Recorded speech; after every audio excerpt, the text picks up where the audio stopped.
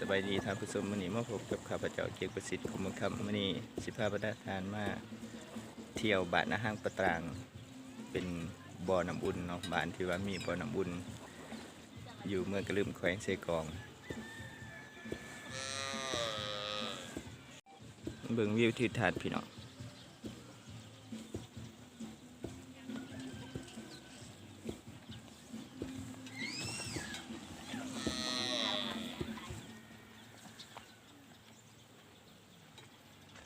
เบิ่งเด็กหน่อยตามเขาพี่น้อง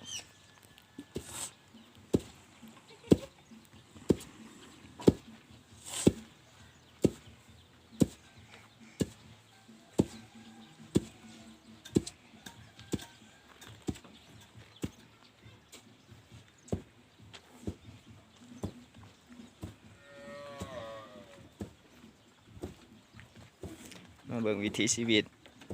ของชาวบ้านเพิ่นการเลี้ยงแบะเลี้ยงหมู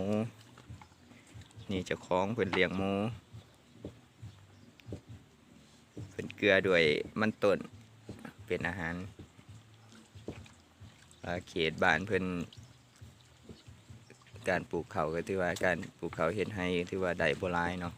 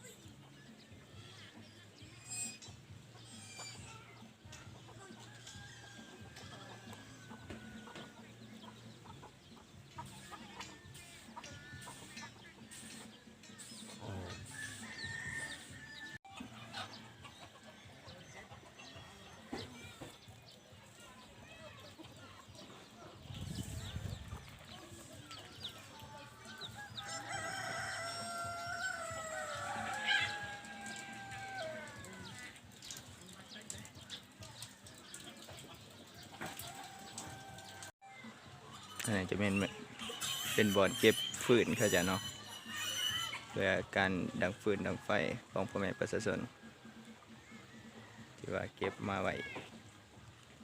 ที่ว่าใส่ได้หลายเดือนพอสมควรเนาะพอฤดูฝนว่า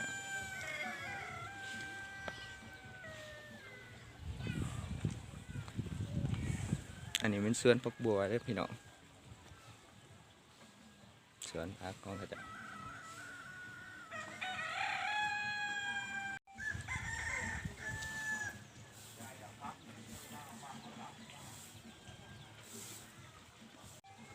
นี่ว่าจะเข้าเกาะพี่น้อง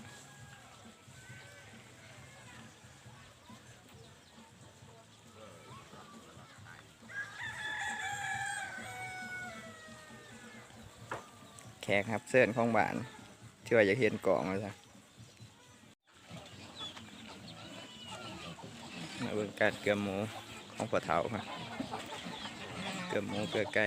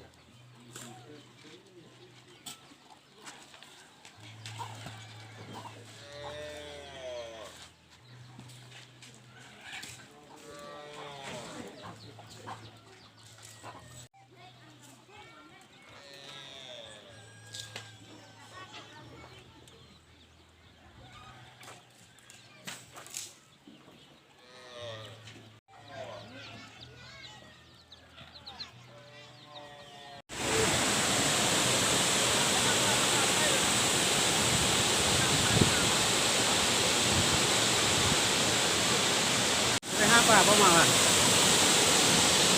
ก่อนไม่มา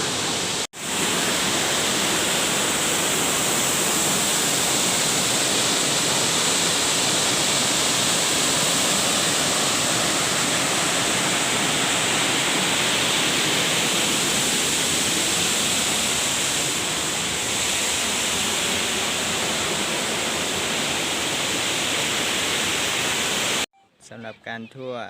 บ้านอาหังปะตรางกับสิได้สิ้นสุดลงสำนี้เนาะอย่าลืมกดไลค์กดติดตามกด Subscribe ให้ในเด้อ2เกกสิทธิ์กรมวัฒนธรรมหรือว่าจอมดอยผู้สูงอย่าลืมติดตามคลิปต่อไปเนาะเพื่อเป็นกำลังใจให้ขอขอบใจ